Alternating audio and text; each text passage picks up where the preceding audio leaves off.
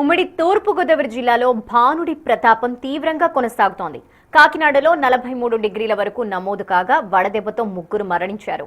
అంబేద్కర్ కోనసీమ జిల్లాలో అత్యధికంగా 46 డిగ్రీల ఉష్ణోగ్రత నమోదు కావడంతో అత్యవసరమైతే తప్ప బయటికి రావద్దని అధికారులు హెచ్చరించారు.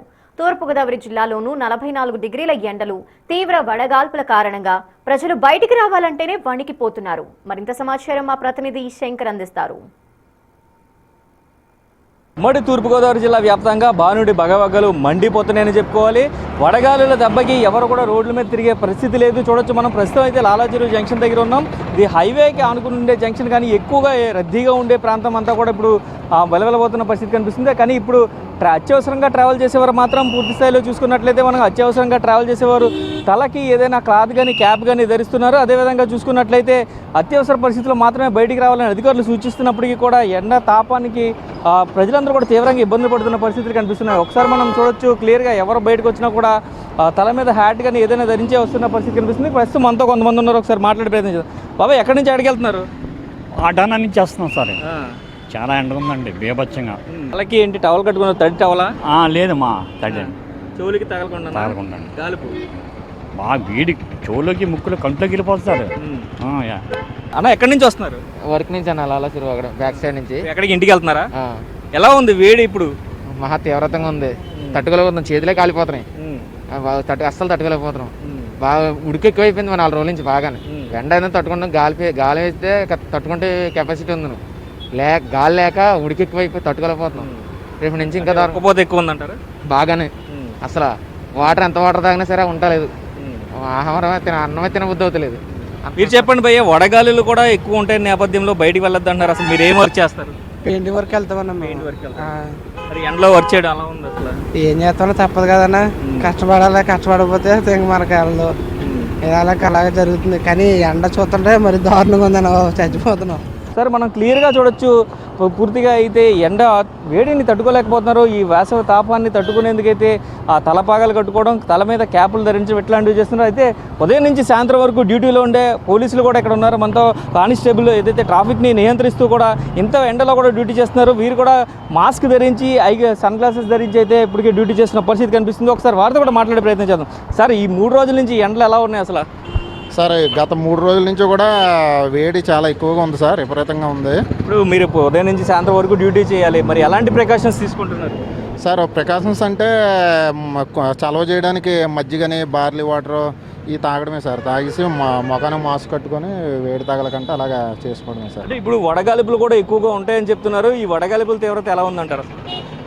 గతం మీద ఇప్పుడు చాలా ఎక్కువగా ఉన్నాయి సార్. ముందు సంవత్సరం మీద అయితే ఈసారి అయితే ఎక్కువగానే అనిపిస్తున్నాయి సార్ మాకు. ఇది చూసుకోవచ్చు, ఇక్కడ డ్యూటీ చేయడానికి కూడా చాలా ఇబ్బంది పడుతున్న పరిస్థితి కనిపిస్తుంది.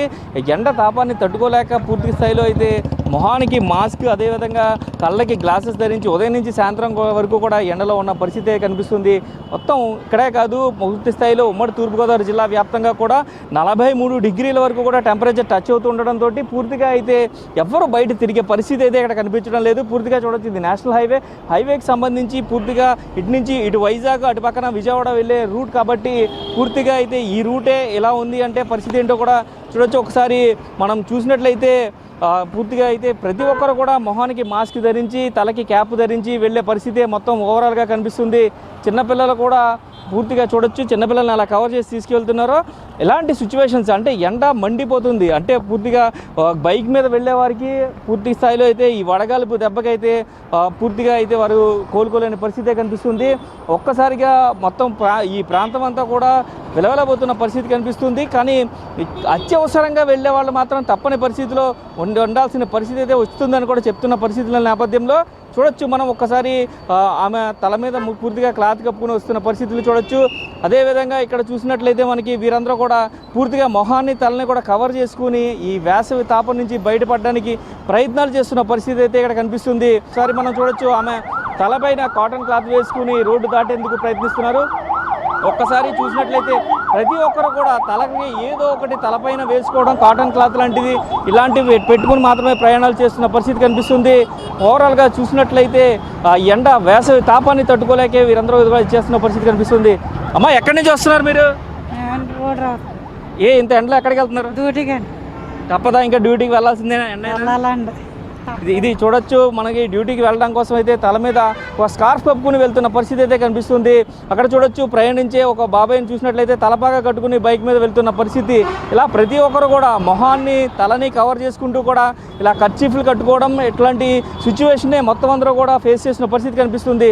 ఓవరాల్గా చూసుకున్నట్లయితే ఉమ్మడి తూర్పుగోదావరి జిల్లా వ్యాప్తంగా కూడా పూర్తి స్థాయిలో ఇటు పక్కన పోలీసు వారు కావచ్చు, కానిస్టేబుల్ అయితే తీవ్రంగా ఇబ్బంది పడుతున్నారు. ఈ ఎండల వేసవి తాపాన్ని తట్టుకోలేక మజ్జిగ, బార్లీ నీళ్లు, అదేవిధంగా సబ్జా వాటర్ని ఎక్కువగా తీసుకోవడం వల్ల ఈ కాస్త ఉపశమనం పొందుతున్నాం అని చెప్తున్నారు. ఉదయం నుంచి సాయంత్రం వరకు కూడా ఇంతటి ఎండలో డ్యూటీ చేస్తున్న పోలీసు వారికి కూడా కాస్త ప్రత్యామ్నాయం కావాలంటూ కూడా కొంతమంది చెప్తున్న పరిస్థితి కనిపిస్తుంది. ఓవరాల్గా చూసుకున్నట్లయితే ఉమ్మడి తూర్పుగోదావరి జిల్లా వ్యాప్తంగా కూడా వేసవి తాపాన్ని తట్టుకోలేక ప్రజలందరూ కూడా మొహాలని, తలని కవర్ చేసుకుని కాటన్ క్లాత్లు, అదేవిధంగా మజ్జిగ బాటిల్స్, వాటర్ బాటిల్స్ కూడా క్యారీ చేసుకుంటూ వెళ్తున్నారు. కానీ బైక్ మీద వెళ్ళేటప్పుడు మాత్రం ఈ వడగాలుపులకి పూర్తిగా అయితే చేతులు, కాళ్ళు కూడా మంటలు ఎక్కిపోతున్నాయంటూ కూడా చెప్తున్న పరిస్థితి ఇక్కడ కనిపిస్తుంది. కెమెరామెన్ రవితో శంకర్, బిగ్ టీవీ.